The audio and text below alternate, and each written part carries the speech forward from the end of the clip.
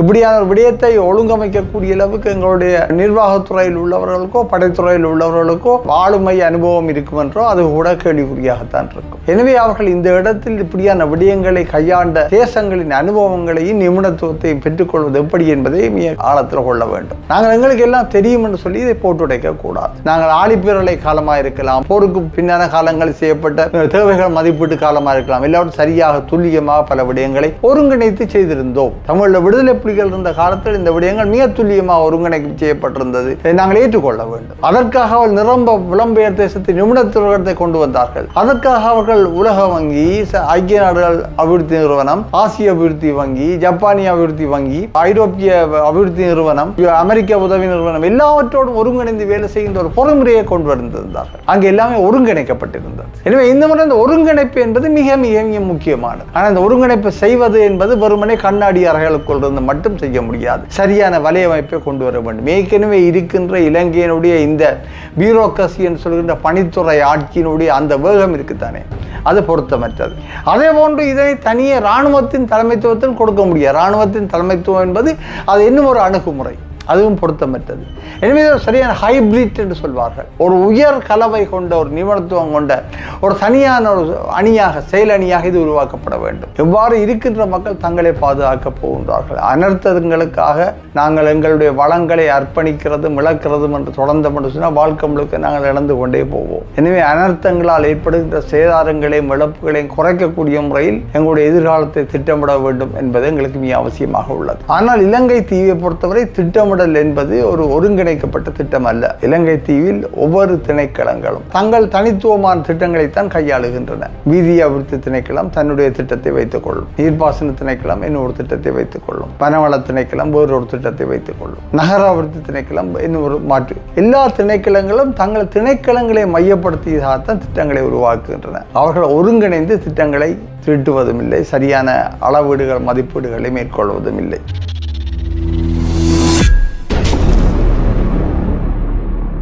இலங்கை தீவு புயல், பெருமழை, வெள்ளம் போன்றவற்றால் ஒட்டுமொத்தமாக பாதிக்கப்பட்டிருக்கின்ற மிக நெருக்கடியான நிலைமையில் உங்களோட இந்த விடயத்தை கலந்துரையாடுவது இன்று அவசியமாக உள்ளது. 1954 ஆண்டிற்கு பிறகு இலங்கை தீவு எதிர்கொண்டுள்ள ஒரு பெரிய இயற்கை அனர்த்தங்கள் இது ஒன்றாகும். 2004 ஆண்டு சுனாமி என்கிற ஆழிப்பேரலை அனர்த்தம் வந்தாலும் கூட அது கரையோர பிரதேசங்களை ஒரு சில கணப்பொழுதுகளில் பாரிய அழிவை விளைவித்து சென்று விட்டிருந்தது. ஆனால் தற்போது நடந்துள்ள விஷயம் ஒரு சில கணப்பொழுது தொடர்பான விடயம் அல்ல, ஒரு நீண்ட காலம் தொடர்பான விடயமாக இருக்கும். நாங்கள் இவற்றை எவ்வாறு புரிந்து கொள்கின்றோம் என்பதுதான் இங்கு முக்கியமானது. இம்முறை இந்த வங்காள விரிகுடாவில் உருவாகிய இந்த புயல், இது 3 புயல்கள் உருவாகின ஒரு மையத்தில் இருந்து. அதில் 2 புயல்கள் இலங்கையை ஊடறுத்து இதுவரையும் இலங்கையில் பயணிக்காத ஒரு புதிய பாதையில், அவ்வாறுதான் பேராசிரியர் பிரதீபராஜ் அவர்கள் கூறுகின்றார். வடக்கிற்கும் அல்ல தெற்கிற்கும் அல்ல இடையாக புதிய பாதையில் இந்த புயல் 2 புயல்களும் சேர்ந்து பரிணமித்து கடக்கின்ற ஒரு நிலைமையில் ஒரு பெருமழை, 3வது புயல் இந்தோனேசியா நோக்கி மறுதிசையில் போனது. இப்பொழுது இந்த வங்காள விரிகுடாவில் அடிக்கடி தாளமுக்கம், புயல், கடும் மழை போன்றவை ஏற்படுவது ஏன் என்ற கேள்வி ஒன்று வருகின்றது. விஞ்ஞானிகளும் புவியியலாளர்களும் காலநிலையாளர்களும் பல்வேறு சூழலியலாளர்களும் பல்வேறு கருத்துக்களை சொல்லுகின்றார்கள். குறிப்பாக பூமி வெப்பமாதல் காரணமாக ஏற்படுகின்ற காலநிலை மாற்றங்கள் முதன்மையான விடயமாக இருக்கின்றது. 2வது விடயமாக சீனா தனது நாட்டில் கட்டியுள்ள மிகப்பெரிய 3 அணைகள், அந்த அணைகள் மூலம் பாரியளவு நீரை தனது அந்த அணைகளுக்குள் தேக்கி பல மில்லியன் மக்களுக்கு மின்சாரத்தை உற்பத்தி செய்து பல திட்டங்களை செய்கின்றது.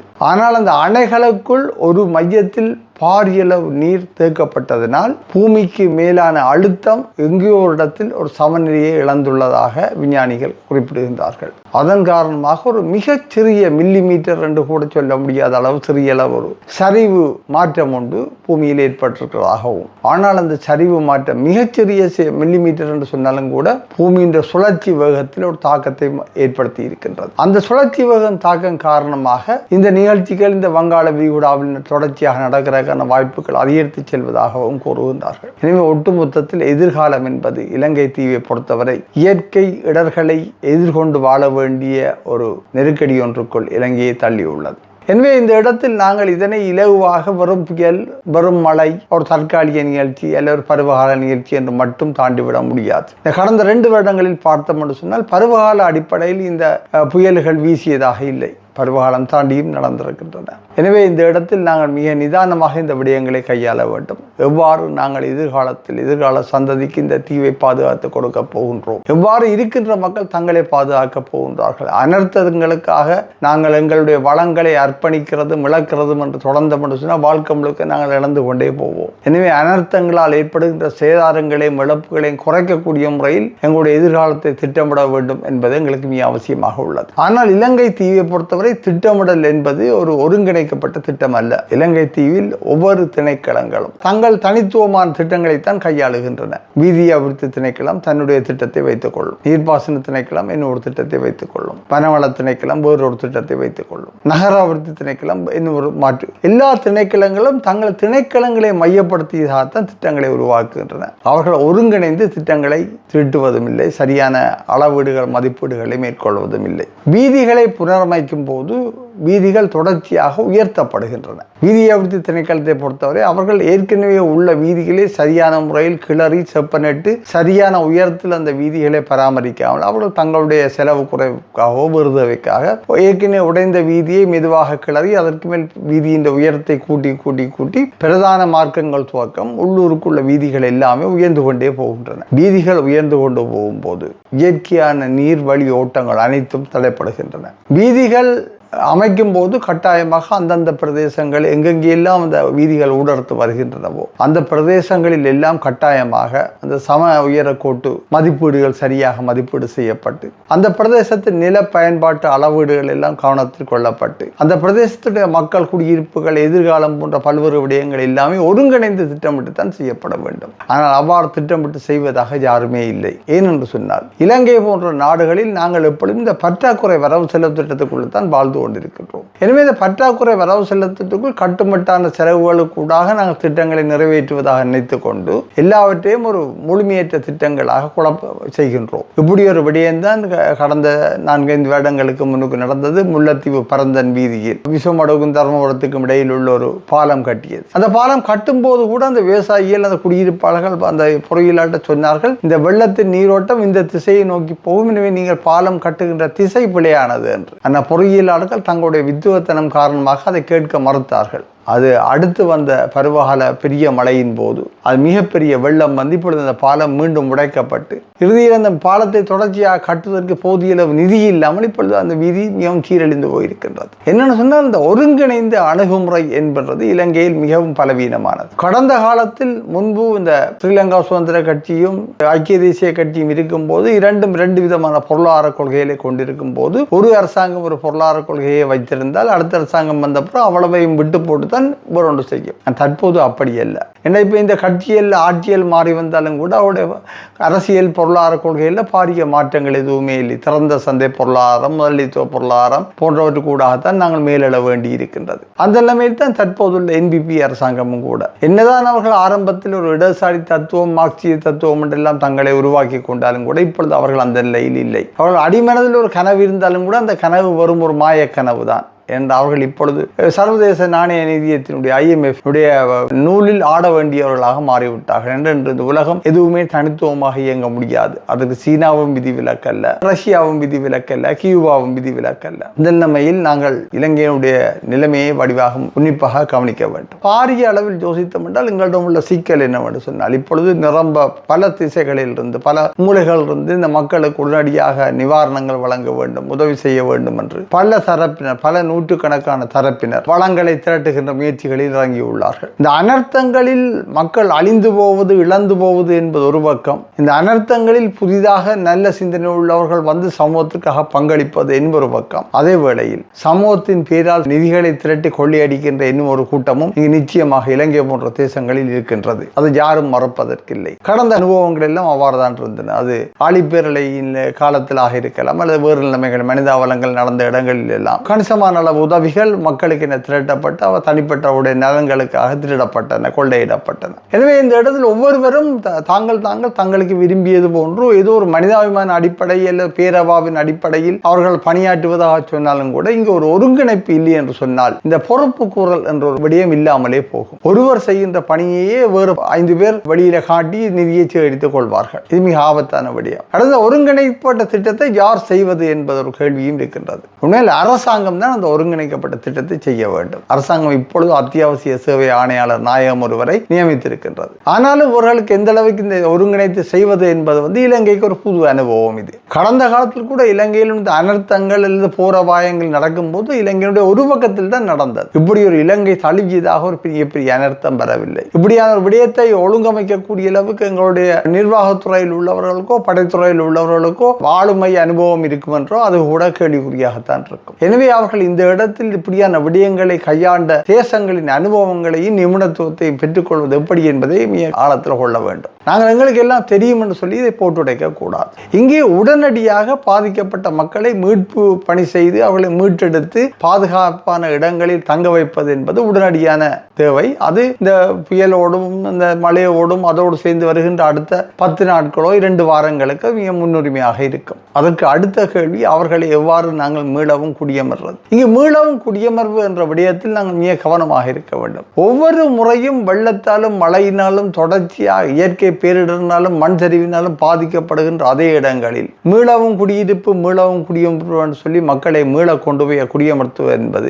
மிகவும் முட்டாள்தனமானதும் ஆபத்தானது. மக்கள் சொல்வார்கள் தாங்கள் பழைய இடத்துக்கு தான் போகின்றோம் என்று சொல்வார்கள். தங்களுடைய உறுதி காணி அனுமதி சீட்டு காணி அங்குதான் இருக்கு என்று சொல்வார்கள். தங்களுடைய பாரம்பரிய நிலம் அங்குதான் இருக்கு என்று சொல்வார்கள். ஆனால் அதனை அனுமதிக்க கூடாது. இதில் தெளிவான ஒரு நிலைப்பாட்டை அரசு எடுக்க வேண்டும், சமூகமும் எடுக்க வேண்டும். தொடர்ச்சியாக மழை பெய்தால் வெள்ள நிவாரணம், மழை பெய்யாவிட்டால் வறட்சி நிவாரணம், இந்த நிவாரண கலாச்சாரத்துக்குள்ளேயே இந்த மக்களை மூழ்கடித்து கொண்டு போகிற அரசியல் கலாச்சாரத்திலிருந்து நாங்கள் விடுவிக்கின்ற அதே வேளையில் நாங்கள் மக்களை மீள குடியமர்த்தல் என்று சொன்னால் அது சம்பந்தமாக மிக தெளிவான பார்வை இருக்கணும். மிக தெளிவாக கவனமாக நீரோடு பாதைகள் இயற்கை அனர்த்தங்களுக்கு உட்படக்கூடிய விடயங்களை உடனடியாக நாங்கள் தெளிவாக குறியிட்டு அடையாளம் விட்டு அவற்றை புரிம்பாக்க வேண்டும். இதற்கென பல்வேறு திணைக்களங்கள் அனைத்து முகாமை திணைக்களம் இருக்கின்றது அல்லது வேறு திணைக்களங்கள் இருக்கின்றன சொன்னாலும் கூட அவர்கள் எல்லாரும் தங்களுடைய தனித்தனி திணைக்களம் சார்ந்துதான் இந்த திட்டங்களை போடுவார்களே தவிர ஒரு இலங்கைக்கான முழுமையான திட்டத்தை எப்படி இவர்கள் போடுவார்கள் அல்ல ஒரு மாவட்டத்துக்கு ஒரு மாகாணத்துக்கு எவ்வாறு போடுவார்கள் மிகப்பெரிய கேள்விக்குறியாக இருக்கின்றன. எங்கள்கிட்ட வந்த அணுகுமுறையே இல்லை.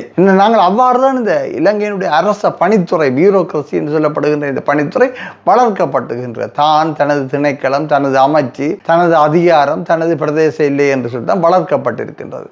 அதற்கு அங்கால் வெளியில் வந்து சிந்திப்பதற்கு அவர்களால் முடியாமலே இருக்கின்றது. அவர்களுக்கு பழக்கப்படவே இல்லை, அனுபவப்படவே இல்லை. இந்த முறை கூடிய அளவில் இந்த மழையினால் பாதிக்கப்பட்ட பிரதேசங்கள் சாதாரணமாக வெள்ளத்தினால் பாதிக்கப்பட்டதில் வடகிழக்கு பிரதேசம் பாதிக்கப்பட்டதாக எங்களுக்கு நாங்கள் வடகிழக்கில் வாழுகின்றபடியால் எங்களுக்கு இந்த கூடிய அக்கறை கவலைகள் இருக்கும். ஆனாலும் அதிர்ஷ்டவசமாக இந்த வடகிழக்கு வந்து ஒரு சமதரையான பிரதேசம். எனவே சமதரையான பிரதேசம் கடற்கரையை அண்டிய பிரதேசம். எனவே இலகுவில் இந்த வெள்ளம் ஒரு வகையில் வடிந்து போய்விடும். ஆனால் இந்த முறை கடுமையான பாதிப்புக்குள்ளானது மலையகம். மலையகத்தில் மழை வெள்ளத்தோடு சேர்ந்து மண் சரிவு நிலச்சரிவு இது ஒரு பாரிய இழப்பாக இருக்கின்றது. இந்த மலையகத்தில் என்ன நடந்தால் வீதியில் அமைக்கும் போது கூட என்ன நடக்கின்றதுன்னு சொன்னால் மலையோரங்களை வீதியில் அமைக்கும் போது இந்த வீதிகளுக்கு தேவையான அளவு தூரத்தை மட்டும்தான் அவர்கள் வெட்டுவார்கள். செலவு கட்டுப்பாட்டுக்காக வீதிகளுக்கு தேவையான அளவு மலையை மட்டும் வெட்டி அதனுள்ள வீதியை அமைப்பார்கள். அதில் ஒரு தரமான காப்பட் வீதி என்று சொல்லப்படுகின்ற வீதியெல்லாம் அமைத்திருக்கின்றார்கள். ஆனால் வீதிக்கு பக்கத்திலேயே நடக்கும் என்றால் ஒரு 2 அடி 3 அடி 5 அடி 10 அடிக்குள் மலை செங்குத்தாக நிற்கும். என்ன நடக்கும் என்று சொன்னால் அந்த மலைகள் தான் கவிழ்ந்து விழுகின்றன. இதன் எல்லா இடம் உள்ள பிரச்சனை என்னென்னு சொன்னால் வீதிகளை அமைக்கும் போது அந்த வீதியின் எதிர்கால பாதுகாப்பு கருதி கூடியளவு அகலமாக அந்த மலைகளை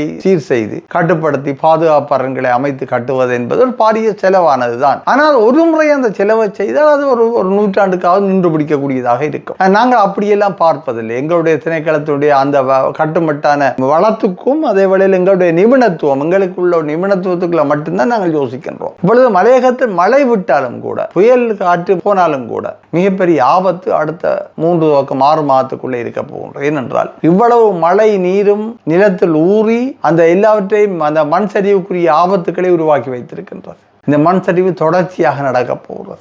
அடுத்த 3 மாதம் 6 மாதத்துக்கு தொடர்ச்சியாக இந்த மண் சரிவுகள் விழுந்து கொண்டே இருக்க போகின்றது. எனவே இங்கே ஒரு கேள்வி என்னென்னு சொன்னால், இந்த மலையகத்தில் வாழுகின்ற மக்கள், அவருடைய குடியிருப்புகள், அவருடைய அபிவிருத்தி மையங்கள் போன்றவற்றை எவ்வாறு பாதுகாப்பது, அவர்களை மீள எவ்வாறு குடியிருத்துவது, இது பற்றி தெளிவான ஒரு பார்வை இருக்க வேண்டும். மிக பரந்த ஒரு அகலமான பார்வை இருக்க வேண்டும். மீளவும் அந்த இடத்தில் குடியமர்த்து என்பதை விட எவ்வாறு அவர்களை எதிர்காலத்தில் ஒரு மண் சரிவு, வெள்ள அனர்த்தம், இயற்கை அனர்த்தம் இல்லாத பிரதேசத்தில் கொண்டு குடியமர்த்துவது என்பது பற்றி அரசாங்கம் ஒரு வெளிப்படையான கொள்கையை கொண்டு வர வேண்டும். அரசாங்கத்தோடு சேர்ந்து இயங்குகின்றவர்கள் அல்லது எதிர்கட்சியில் இருப்பவர்கள் அல்லது ஏனைய புத்திஜீவிகள் எல்லோரும் சேர்ந்து இந்த இடத்தில் அரசாங்கத்துக்கு போதிய அளவு அழுத்தம் கொடுக்க வேண்டும். என்னென்னு சொன்னால், இது சம்பந்தமாக ஒரு நிபுணத்துவ திட்டத்தை உடனடியாக ஆரம்பிக்க வேண்டும். இது ஒரு நாள், 2 நாள், ஒரு மாதத்தில் சாத்தியம் இல்லாத விடயம். ஆனால் மிக கவனமாக செய்ய வேண்டும். தொடர்ந்து இலங்கை இயற்கை அனர்த்தங்களின் இழப்புகளுக்கு ஈடு கொடுத்து கொண்டே வாழ்ந்து கொண்டு போக முடியாது. எதிர்கொள்ளக்கூடிய அளவுக்கு எங்களை நாங்கள் வலுப்படுத்த வேண்டும். எனவே இந்த மலையகத்தில் இந்த மண் சரிவுகள் ஏற்பட்ட பிரதேசங்கள், அங்கு உள்ள கட்டுமானங்கள் சம்பந்தமான நியமங்கள், இப்படி பல்வேறு விஷயங்கள் எல்லாவற்றையும் நாங்கள் இந்த இடத்தில் மீள ஆய்வு செய்ய வேண்டிய ஒரு தேவை,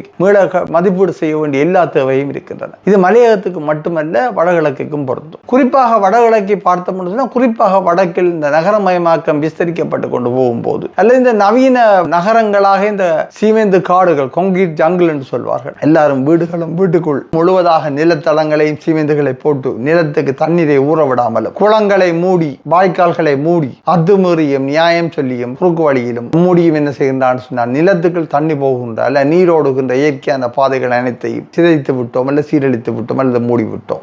ஒல்லாந்தர், போர்த்துகீசர், பிரித்தானியர் இருந்த காலத்தில் இலங்கையினுடைய நீர் வடிகால் அமைப்புகள் எல்லாம், அதுவும் குறிப்பாக யாழ்ப்பாணம் மாவட்டத்தை எடுத்துக்கொண்டால் மிக சிறப்பான முறையில் வடிவமைக்கப்பட்டிருந்தன. பாரிய குளங்களாக இருக்காட்டியும் கூட கிராமங்களில் உள்ள குளங்கள், ஒவ்வொரு குளங்களும் தொடுக்கப்பட்டு சரியான வடிவமைப்பின் மூலம் கடைசியாகத்தான் மீதி நீர் கடலுக்கு போகக்கூடிய அளவுக்கு நீரோட்டங்கள் இருந்தன. இப்பொழுது இந்த குளங்களை சுற்றி எல்லாரும் மண் போட்டு மூடி தங்களுடைய வீடுகளின் தளங்களை உயர்த்தியதன் மூலம் குளத்துக்கு நீர் போக விடாமல், வெளியிலும் ஓட விடாமல் மறைத்துள்ளோம். இது ஒரு வகையில் நாங்கள் செய்கின்ற மேன்மேட் டிசாஸ்டர் என்று சொல்வார்கள், மனிதர்களால் செய்யப்படுகின்ற அனர்த்தம். இது சம்பந்தமாக ஒவ்வொருவரும் தன்னுடைய வீடு, தான் கட்டின சுவர், தான் கட்டின வாய்க்கால், தந்தை வீட்டுக்கு முன்னால வெள்ள நிற்க கூடாது என்ற வாதங்களை எல்லாம் வைப்பார்கள். இந்த வாதங்கள் எதுவுக்கும் அனுமதி கொடுக்க கூடாது. இந்த இடத்தில் இந்த பிரதேச சபைகள், உள்ளூராட்சி சபைகளோ அல்லது ஏனைய தேர்ந்தெடுக்கப்பட்ட அமைப்புகள் இந்த இடத்தில் மக்களின் சார்பாக பேசுவது என்பது ஒட்டுமொத்த மக்களின் சார்பானதாக இருக்க வேண்டுமே தவிர, அந்தந்த வீட்டுக்காரர் தன்னுடைய வாக்கு வங்கியின் அங்கம் இருக்கிறபடியினால் அவர்களுக்கு சாதகமாக பேசுவது என்ற இடத்திலிருந்து வெளியில் வர வேண்டும். எல்லா பிரதேச சபைகளும் உடனடியாக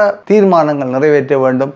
இந்த நிலைமையை தங்கள் பிரதேசத்தில் மிக இறுக்கமாக நின்று எவ்வாறு சீர் செய்வது என்று அனைத்து வடிகால்களும் மீளவும் திறக்கப்பட வேண்டும். இந்த வீதிகளை மூடி, பாதைகளை மூடி, உயரமான நிலங்களை போட்டு கட்டியுள்ள அனைத்து விடயங்களும் தார்க்கப்பட்டு இயற்கையான நீரோட்டங்கள் அனைத்தும் திறக்கப்பட வேண்டும். இதில் எந்த இரக்கமும் பார்க்க முடியாது, எந்த விதமான அச்சுறுத்தலும் பார்க்க முடியாது, எந்த வித சேதாரங்கள் என்றெல்லாம் பார்க்க முடியாது, உடைக்க வேண்டும், இது தவிர்க்க முடியாது, கட்டாயமாக செய்யப்பட வேண்டும். இதில் அதிகாரிகள் மிக உறுதியாக நிற்க வேண்டும். சில வேளைகளில் இந்த அரசியல்வாதிகள் கூட தளம்பலாம் தங்களுடைய ஆதரவாளர்களுக்காக. ஆனால் அதிகாரிகள் இந்த இடத்தில் எந்த பாராளுமன்ற ஒரு விஞ்ஞான ரீதியாக சரியான விடயங்களை அளவீடுகள் செய்து அந்த அணுகுமுறையின் அடிப்படையில் அந்த விடயங்களை உடனடியாக செய்து இந்த வெள்ளங்களை வடிக்கிறது நோக்கம், எதிர்காலத்தில் வெள்ளம் ஏற்படக்கூடிய பிரதேசங்களை அடையாளம் கண்டு அதில் மீண்டும் மக்கள் போய் குடியிருக்காமல், அந்த பிரதேசத்தில் உள்ள வெள்ளம் திரண்டு அந்த பிரதேசத்தில் சேதாரத்தை கொண்டு வராமல் இருப்பதை பார்க்க வேண்டும். எனவே எங்களிடம் எல்லாரிடம் மிகப்பெரிய பொறுப்பு இருக்கின்றது. ஒன்று சமூக தலைவர்களிடம் இருக்கின்றது.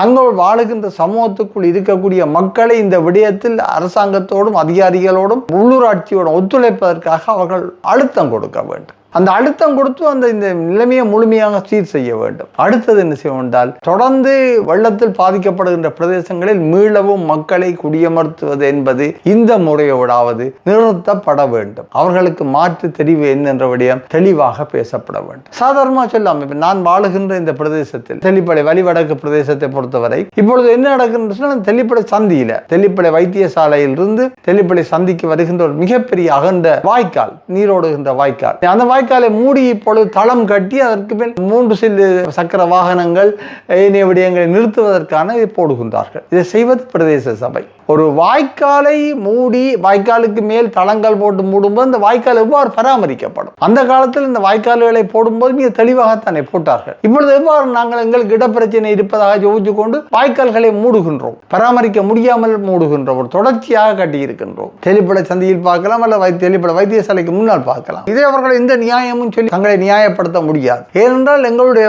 பிரதேசம் இலை குலை எல்லாம் விவசாய இயற்கை பொருட்கள் எல்லாமே வெள்ளத்தோடு அடிபட்டு வரும்போது இந்த வாய்க்கால்கள் விழுந்து அவை எல்லாம் இந்த வாய்க்காலை கீழே இருக்க தூண்களில் தான் முட்டி நிற்கும். தூண்கள் முட்டி நிற்கும் போது நடக்கும்னு சொன்னால் அந்த வாய்க்கால் அடைபடும், வெள்ளம் வரும், எல்லாம் நடக்கும். யார் அதை இறங்கி துப்புரவாக்குவது? அந்த அளவுக்கு துப்புரவாக்கக்கூடிய அளவுக்கு எங்களிடம் ஒரு துப்புரவாக்குகின்ற பொறிமுறை இருக்கின்றது? எதுவுமே இல்லை. அந்தந்த நேரம் நினைத்தவுடன் நாங்கள் இந்த ரோட்டை மூடி வாகன திரைப்படம் கட்டுவோம் அல்லது கட்டுவோம் என்று யோசிக்கின்ற விடயங்கள் பிரதேச சபைகளே இவ்வாறு தான் சிந்திக்கின்றன என்று சொன்னார். மிக ஆபத்தானது. சட்டமுறையாக இவர்களுக்கு எதிராக நடவடிக்கை எடுக்க வேண்டும். இந்த பிரதேச சபைக்கு எதிராகவும் அவருடைய தேர்ந்தெடுக்கப்பட்ட பிரதிநிதிகள் செயலாளர்களுக்கு எதிராகவும் நடவடிக்கை எடுக்க வேண்டும். எனவே இந்த விடத்தில் இவ்வாறு பல இடங்களில் நிரம்ப பிரச்சனைகள் எங்களிடம் இருக்கின்றன. சில இடங்களில் பிரச்சனையை நாங்கள் புரிய முடியாமலே இருக்கின்றோம். உதாரணத்துக்கு மன்னாரில் கூராய் என்ற இடத்தில் முன்பு வெள்ளம் வரப்போன்றது மக்களை வெளியேறும்படி அதிகாரிகள் அறிவுறுத்தி இருக்கின்றார்கள். கணிசமான மக்கள் வெளியேறி இருக்கின்றார்கள். அதில் ஒரு 40 பேர் தாங்கள் வெளியேற மாட்டோம் என்று பிடிவாதமாக இருந்திருக்கின்றார்கள். பின்பு வெள்ளம் பெருகி வந்த பிறகு ஐயோ 40 பேரை காப்பாற்றும் கொண்டு சொல்லி அபாய குரல் எழுப்பும் போது அவர்களை காப்பாற்றுவதற்காக இராணுவமும் கடற்படையும் விமானப்படையும் எவ்வளவு பெருமளவு விரயங்களை கொண்டு வருகின்றோம். எவ்வளவு விரயங்கள்? யார் இதற்கெல்லாம் பொறுப்பு? சமூக தலைவர்கள் முதலில் பொறுப்பெடுக்க வேண்டும். தங்களது சமூகங்களை ஒழுங்காக அறிவூட்டி அவர்களை இப்படியான பொது அனர்த்த நேரங்களில் எவ்வாறு செயற்பட வேண்டும் என்பதில் தெளிவான ஒரு பார்வை அவர்களுக்கு இருக்க வேண்டும். இதே விடயங்கள்ல நாங்கள் மலையகத்துக்கு போனேன், கொழும்புக்கு போனேன், என்ன நடக்கும்? மலையகம் ஒரு பெரிய பிரச்சனை. அப்போ இனிமே இந்த இடத்துல என்றால் இது சம்பந்தமாக ஒருங்கிணைந்த ஒரு பாரிய திட்டம் ஒன்றை மேற்கொள்வதற்கு எல்லோரும் முன்வர வேண்டும். எங்கிருந்தோ கொழும்பிலிருந்தோ அங்கேயோ இருந்து யாரோட திடீரென்று ஒரு ஸ்டேடியம் கட்ட போறேன், நான் இடத்தில் உள்ளூர் அது கட்ட போறேன், இது வந்து கட்டுவார்கள். நாங்களும் தலையாட்டி போட்டு இருப்போம். ஆனால் அவர்கள் இங்கு உள்ள இயற்கை சூழல்கள், நில சமநில உயரங்கள் அதெல்லாம் பார்ப்பதில்லை. ஏற்கனவே நாங்கள் யுத்த காலத்தில் இந்த பாதுகாப்பு அரண்கள் என்று சொல்லி கிடங்குகள் அரண்கள் வெட்டி அணைகள் கட்டியெல்லாம் எங்களுடைய நிலத்தினுடைய சமநிலையை மிக மோசமாக பாதித்திருக்கின்றோம். அதை விட உடைந்த வீடுகள் அவைகளை கொண்டு போய் எங்களிடத்தில் போட்டு ஒரு தேவைக்கு அதிகமாக சில இடங்களில் உயர்த்தி இருக்கின்றோம். குறிப்பாக வன்னியை பொறுத்தவரை இந்த விடயம் நீரோடு பாதைகள் எல்லாம் மிக மோசமாக பாதிக்கப்பட்டிருக்கின்றன. இயற்கையான தளங்களை விட்டு அந்த எல்லாம் மாற்றப்பட்டிருக்கின்றன. இந்த முன்னரங்க காவலர்கள் பாதுகாப்பு கூலிகளுடைய தொடர்ச்சி காரணமாக இப்பொழுது அதை கொஞ்சம் கொஞ்சமாக சீராக்குவது மிக கடின கவனமாக இந்த விடத்தில் பாரிய ஒரு தொழில்நுட்ப புவியியல் சார்ந்த ஒரு பாரிய தொழில்நுட்ப அறிவு இங்கே பயன்படுத்த வேண்டி இருக்கின்றது. அந்த கொண்டூர் மெப் என்று சொல்வார்கள், சம உயர கூட்டு வரைபடம் சரியாக தீர்மானிக்கப்பட வேண்டும். எவ்வாறு இந்த நீரை கொண்டு வருவது என்ற இந்த முறை இந்த பெய்த மழை வெறுமனே மக்களுடைய நாளாந்த விடயங்களை மட்டும் பாதிக்கவில்லை. எங்களுடைய ஒட்டுமொத்த விவசாயமே அடிபட்டு போய்விட்டது. இலங்கை முழுவதும் உள்ள அதுவும் இந்த மாறி பருவகால விளைச்சல் நிலம் முழுவதும் அழிந்து விட்டது. இதிலிருந்து நாங்கள் விவசாயம் மீண்டெழுவது, எங்களுக்கு நெல் உற்பத்தி மீண்டெழுவதுன்றது பாரிய பிரச்சனை. யாழ்ப்பாணத்தை எடுத்துக்கொண்டால் இந்த வாழைக்குலை பொருளாதாரம் அடிபட்டு போய்விட்டது முற்றாக. நிரம்ப வாழைகள் அழிந்து விட்டன. இவ்வாறு இயற்கையில் ஒவ்வொரு பிரதேசத்திலும் அந்த இயற்கையினுடைய விடயங்கள் பாதிக்கப்பட்டிருக்கின்றன. இதிலிருந்து மீண்டெழுவது என்பது ஒரு வெறுமனே ஒரு மாத 2 மாத திட்டம் அல்ல.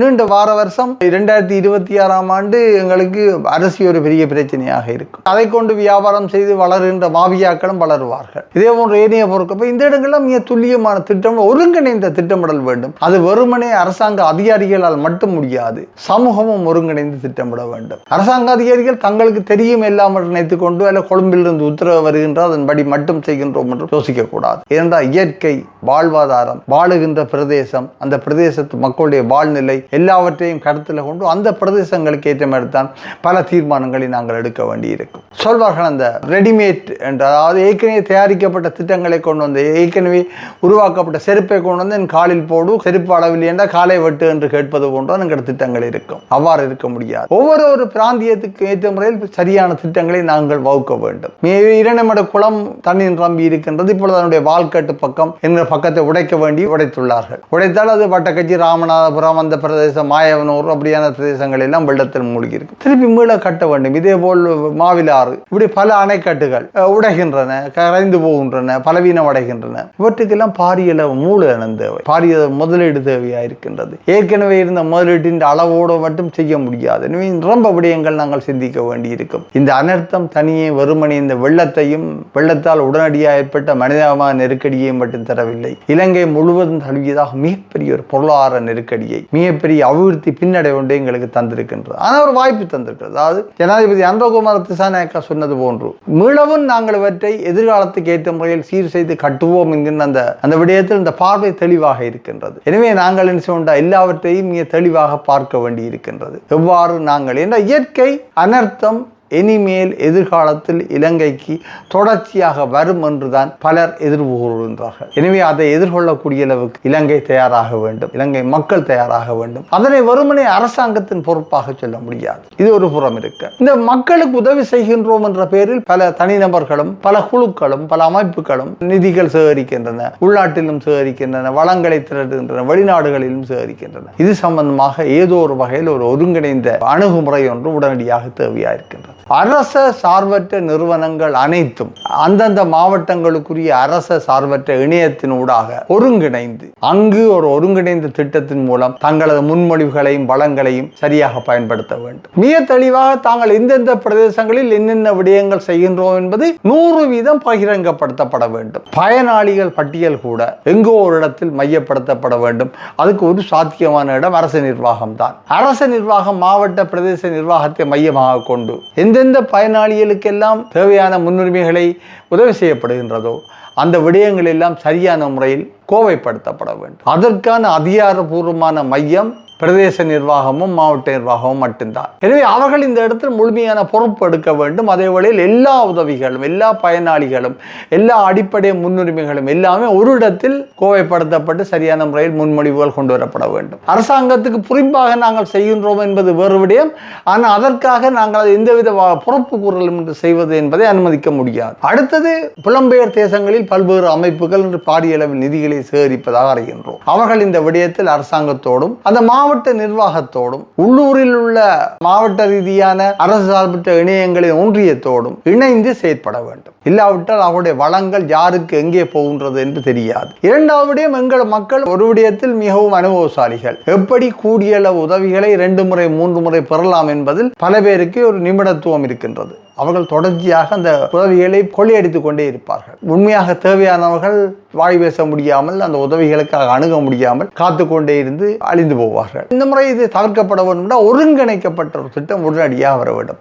மாவட்ட ரீதியாக உடனடியாக ஒரு ஒருங்கிணைப்பு இருக்க வேண்டும். பிரதேச ரீதியாக ஒருங்கிணைப்பு இருக்கணும். ஒரு பிரதேசத்துக்குள் என்ன விடயங்கள் செய்வதாக இருந்தாலும் கூட அந்த பிரதேச செயலகத்தில் ஒரு விசேடமான சிறப்பு செயலணி ஒன்று உருவாக்கப்பட வேண்டும். அங்கு ஒரு பிரதேச செயலாளர் தலைமை அல்லது அங்குள்ள பிரதான ஒரு அரசு அலுவலர் தலைமையில் அந்த விடயம் முழுமையாக கண்ணிமயப்படுத்த வேண்டும். இவையெல்லாம் இதவுகளாக செய்யப்பட வேண்டும். வடகிழக்கை பொறுத்தவரை எங்களுக்கு இந்த அனுபவம் இருக்கின்றது. குறிப்பாக வடக்கை பொறுத்தவரை எங்களுக்கு இந்த அனுபவம் இருக்கின்றது. நாங்கள் ஆழிப்பேரலை காலமாக இருக்கலாம், போருக்கு பின்னான காலங்களில் செய்யப்பட்ட தேவைகள் மதிப்பீட்டு காலமாக இருக்கலாம், எல்லாரும் சரியாக துல்லியமாக பல விடயங்களை ஒருங்கிணைத்து செய்திருந்தோம். தமிழில் விடுதலை புலிகள் இருந்த காலத்தில் இந்த விடயங்கள் மிக துல்லியமாக ஒருங்கிணைப்பு செய்யப்பட்டிருந்தது. நாங்கள் ஏற்றுக்கொள்ள வேண்டும். அதற்காக அவள் நிரம்ப புலம்பெயர் தேசத்தை நிமிடத்துடன் கொண்டு வந்தார்கள். அதற்காக அவர்கள் உலக வங்கி, ஐக்கிய நாடுகள் அபிவிருத்தி நிறுவனம், ஆசிய அபிவிருத்தி வங்கி, ஜப்பானிய அபிவிருத்தி வங்கி, ஐரோப்பிய அபிவிருத்தி நிறுவனம், அமெரிக்க உதவி நிறுவனம் எல்லாவற்றோடும் ஒருங்கிணைந்து வேலை செய்கின்ற ஒரு பொறுமுறையை கொண்டு வந்திருந்தார்கள். அங்கு எல்லாமே ஒருங்கிணைக்கப்பட்டிருந்தது.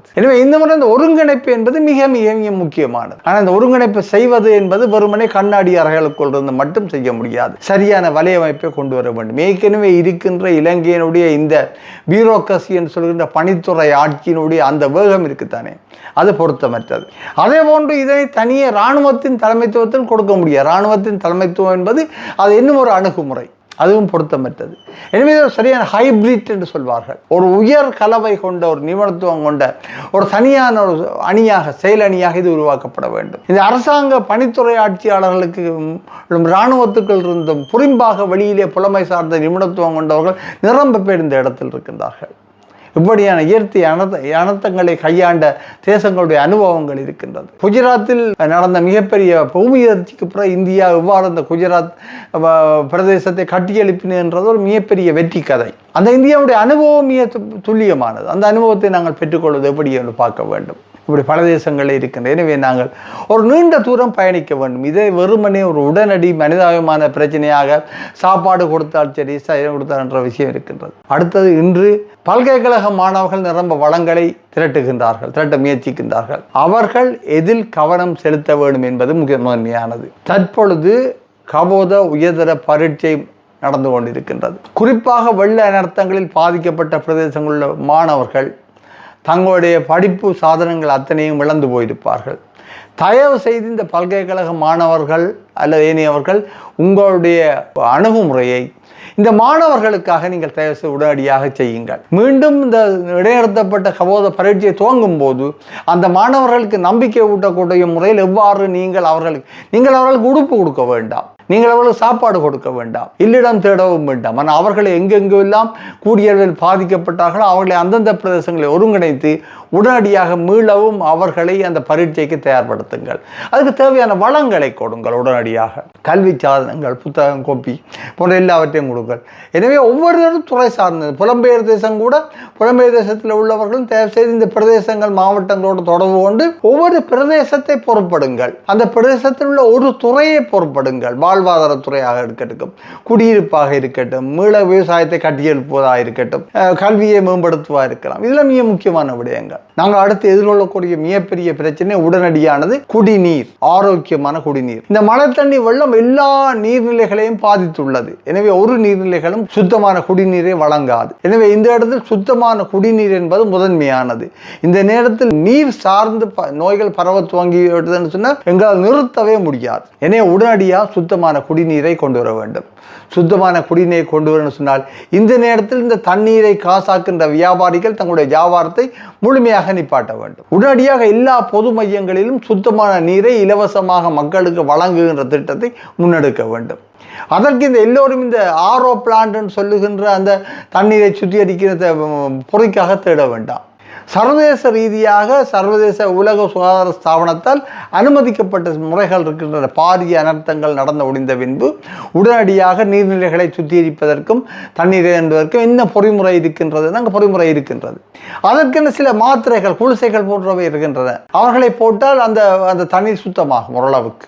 அதை பாவிக்கலாம். எனவே உடனடியாக அரசாங்கம், சுகாதாரத்துறையும் அரசு சார்பற்ற நிறுவனங்களும் மக்களுக்கு போதிய அளவுக்கு இந்த மருந்து, இந்த நீர் சுத்திகரிப்பு குளிசைகளை அல்ல உள்ளீடுகளை வழங்குவது பற்றி உடனடியாக முன்னுரிமை எடுக்க வேண்டும். அதையே வியாபாரமாக்குற நிலைமை ஒன்று இங்கே ஏற்படும். அதை எடுத்து வியட்நாமில் அல்ல வேறு இடங்களில் இப்படியான பெரிய அனர்த்தங்கள் ஏற்பட்ட போது உலக சுகாதார ஸ்தாபனம், யூனிசெஃப் எல்லாம் பாரிய அளவுக்கு இந்த மருந்து குளிசைகளை கொடுத்து நீரை சுத்திகரித்தன உடனடியாக. இதற்கு ஒரு உடனடி இன்றைய இந்த கணத்திலிருந்தே முன்னுரிமையானது சுத்தமான நீர். இந்த இடத்தில் இந்த நீரை சுத்திகரித்து விற்கின்ற வியாபாரம் உடனடியாக இலங்கையில் தடை செய்யப்பட வேண்டும். தடை செய்துவிட்டு பொதுமக்களுக்கு தேவையான அளவு சுத்தமான நீரை வழங்கக்கூடியதாக எல்லா கோவில்களும், எல்லா சனச நிலையங்களும், எல்லா ஆலயங்களும், வழிபாட்டு மையங்களும், பொது நிறுவனங்களும், சனச நிலையங்களும் உங்கள் பிரதேச மக்களுக்கு உடனடியாக உங்கள் மக்கள் அந்த பிரதேசத்தில் உள்ள அனைத்து நீர் வளங்கள் எல்லாவற்றையும் சுத்திகரிப்பதற்கும் சுத்தமான நீரை கொடுப்பதை நீங்கள் உறுதி செய்ய வேண்டும். தண்ணீரை வியாபாரமாக்குவதற்கு கடைசி வரையும் அனுமதிக்க வேண்டாம். இது ஒரு மிகப்பெரிய மனித குலத்துக்கு எதிரான இது மிகப்பெரிய அநியாயம். இந்த இடத்தில் நாங்கள் தண்ணீர் வியாபாரம் அனுமதிக்க முடியாது. எனவே சுத்தமான தண்ணீரை எல்லா மக்களும் கிடைக்கக்கூடியதாக உடனடியாக கொடுக்க வேண்டும். உணவு பதுக்கல் என்பது அனுமதிக்க கூடாது. எந்தவித காரணம் கொண்டும் உணவு பற்றாக்குறை என்ற காரணத்திற்காக உணவு பண்டத்தின் விலையை உயர்த்துவதோ பதுக்குவதோ அனுமதிக்க வேண்டாம். எங்களுடைய கூட்டுறவு சங்கங்கள் இந்த இடத்தில் மிகவும் பலமிழந்து தங்களுடைய பொறுப்பை இழந்து போய் நிற்கின்றன. அவர்கள் எந்த அளவுக்கு இந்த இடத்தில் வருவார்களோ தனியார் துறைக்கு ஒரு பங்கு இருக்கின்றது. எங்களுடைய தனியார் துறையை நாங்கள் வெறுமனை குறைத்து மதிப்பிட முடியாது. அவர்கள் தான் மிகப்பெரிய அனர்த்தங்கள் நடந்த நேரங்கள் எல்லாம் மக்களை பாதுகாத்தவர்கள். ஆனால் அவர்கள் இந்த முறையும் மிக பொறுப்போடு நடப்பார்கள் என்று சொல்லி நாங்கள் நம்பலாம். ஆனாலும் பதுக்கல் மிக ஆபத்தானது. பதுக்கல் எப்படி என்று சொன்னால் தட்டுப்பாடு வரும் நினைத்துக் கொண்டு ஒவ்வொரு வீட்டிலும் மேலதிகமாக சேகரித்து வைப்பதே ஒரு மிகப்பெரிய பதுக்கல் தான். கடைக்காரன் பதுக்குவது மட்டும் பதுக்கல் அல்ல. ஒவ்வொரு வீட்டிலையும் தேவைக்கு அதிகமாக இன்னும் ஒரு லிட்டர் எண்ணெயோ ஒரு கொத்து அரிசியோ கூட எடுத்து வைத்திருந்தாலே ஒரு விதமான பதுக்கல் தான். எனவே ஒருவரும் குழம்ப வேண்டாம். தயவு செய்து இருக்கின்ற பொருட்களை இப்பொழுது மக்கள் எல்லாருக்கும் கிடைக்க செய்வோம். விரயத்தை குறைப்போம். சமையல் என்ற அளவை குறைப்போம். நிரம்ப விடயங்கள் நாங்கள் சிந்திக்க வேண்டும். சமூக தலைவர்களும் சமூக நிறுவனங்களும் எங்களுடைய ஆலயங்களும் தேவாலயங்களும் இந்த இந்து ஆலயங்களும் ஓரளவுக்கு நினைக்கின்ற இந்த கிறிஸ்தவ தேவாலயங்கள் பள்ளிவாசல்கள் எல்லாம் ஒழுங்கமைக்கப்பட்டிருக்கின்றன. அவர்களுக்கு ஒரு தலைமைத்துவம் இருக்கும், ஒரு ஒருங்கிணைப்பு இருக்கும், பலம் இருக்கும். ஆனால் எங்களுடைய சைவாலயங்கள் எல்லாமே அவ்வாறு இதன்றது மிக பலவீனமானது. இந்த இடத்தில் இந்து இளைஞர் பேரவை போன்றவை மிக முக்கியமான காத்திரமான பாத்திரத்தை முன்னெடுக்க வேண்டும். உடனடியாக ஒவ்வொரு கிராமங்களிலும் இருக்க கிராம அபிவிருத்தி சங்கங்கள் உடனடியாக இந்த பாத்திரத்தை முன்னெடுக்க வேண்டும். இந்த காற்று புயலினூடாக விழுந்திருக்கின்ற மரங்களை சுத்திகரிக்கின்றதற்காக பிரதேச சபையை காத்திருக்காமல் நாங்களே வெட்டி சீரமைக்கிறதன் மூலம் மின்சார கடத்திகளையும் தொலைபேசி ஏனைய விடயங்களுக்கான கடத்திகளையும் சீராக்க முடியும். எனவே இதை தனியாக அரசாங்கத்தின் பணி, தனியாக இலங்கை மின்சார சபையின் பணி, தனியாக உள்ளூராட்சியின் பணி. நாங்கள் பேசாமல் குப்பையை வெட்டி போடுவோம் சொல்லி அணுகக்கூடாது. இதில் ஒரு பொது அணுகு. உள்ளூராட்சி, கிராம அபிவிருத்தி சங்கங்கள், சமூக நிறுவனங்கள், சனசமூக நிலையங்கள், இளைஞர் அமைப்புகள், விளையாட்டு கழகங்கள் எல்லாமே தங்கள் பிரதேசத்தில் ஒருமித்து செயற்பட வேண்டிய மிக உன்னதமான ஒரு மானிட நேயம் கொண்ட ஒரு கணத்தில் நாங்கள் இருக்கின்றோம். இதை நாங்கள் கவனத்தில் கொள்ள வேண்டும். இது ஒரு முதல் உடனடி செய்தியாக நான் உங்களுடன் பரிமாற விரும்புகின்றேன். நன்றி.